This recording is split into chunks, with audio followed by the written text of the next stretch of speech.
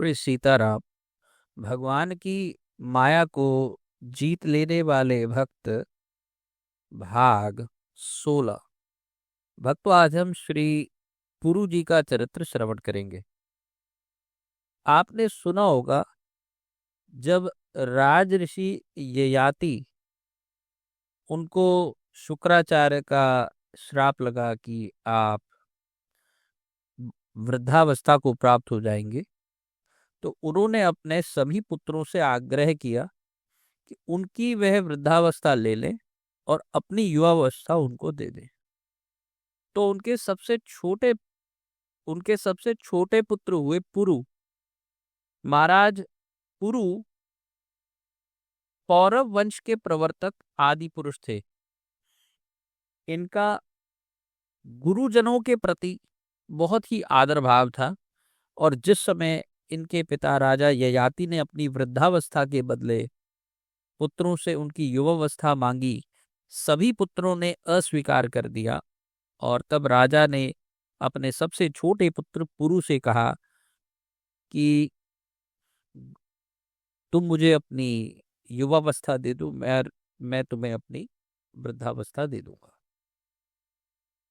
पुरु ने कहा कि गुरोर आज्ञा गरीयसी, और उन्होंने ये कहा कि गुरोर्वै वचनम पुण्यम स्वर्गे मायुष्य करम निर्णाम गुरु प्रसादात् त्रैलोक्य मनवशासत छत क्रतुः गुरोर अनुमतिम प्राप्यम सर्वान कामान वाप्नुयात। इसका अर्थ ये हुआ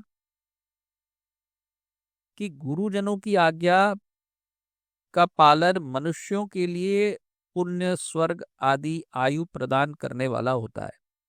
गुरु के ही प्रसाद से इंद्र ने तीनों लोकों का शासन किया है।